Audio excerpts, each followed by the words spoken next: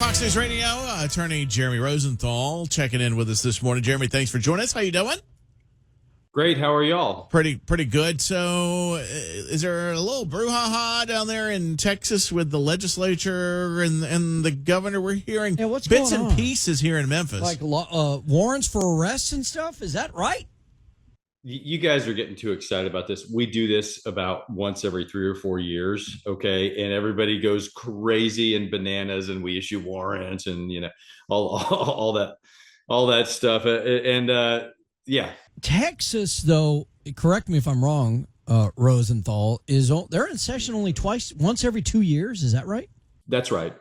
Yeah, we have and that's a really fundamental part of this story. Our legislature, our representatives are part-time. They are butchers and bakers and candlestick makers, real estate agents. They run dry cleaners. Hopefully there's a lot of lawyers, right? Because we know better than everybody, but they are in the community. They meet once every 2 years. The governor can call you in for a 30-day special session after that. Our regular legislative session just ended in June. And so the governor calls a 30-day session, an additional 30 days, and the Democrats break quorum, which happened in 2021. It happened in 2011 or something like that. Well, they act like this has never happened. And what does Jasmine Crockett do for a full-time gig? Is she a lawyer? I don't know. I'll call her up and ask her. She. But yeah, no, they. We don't know what sort of the end game here is, and really breaking quorum is like filibustering here. That's the equivalent.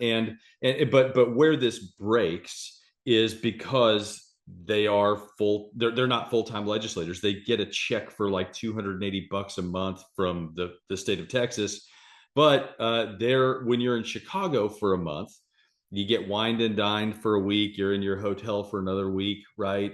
You're getting $1 hot dog at the Cubs game, but after a while, you start missing your paycheck at home.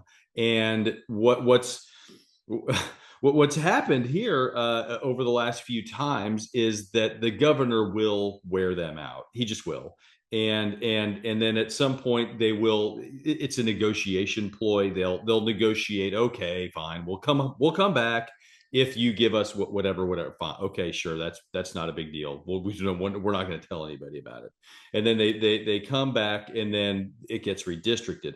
What's a little different here, which I've not seen before, are the nationwide ripple effects. You've got Gavin Newsom in California, who's pledged to retaliate.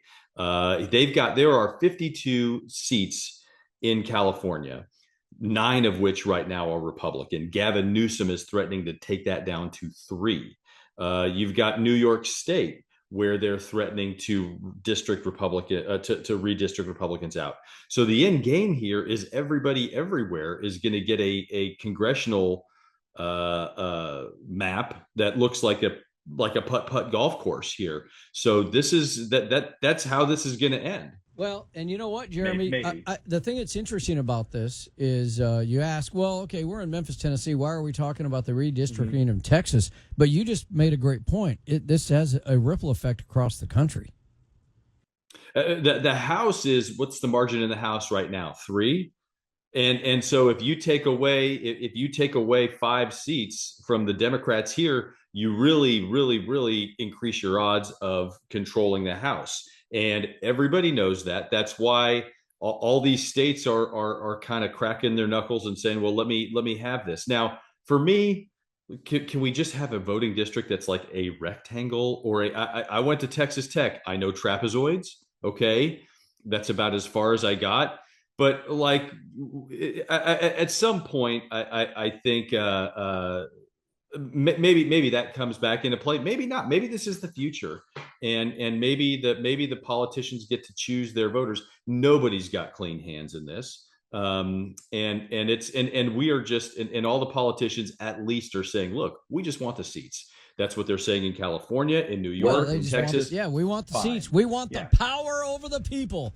All right, Jeremy Rosenthal. It's always good to catch up with you. Sometimes we chop it up a little about legal stuff, and this in some way, shape, or form had something to do with legal, I'm sure. But I think this was legal. Yeah, this was legal. Yeah. All right. Take care. Bye-bye.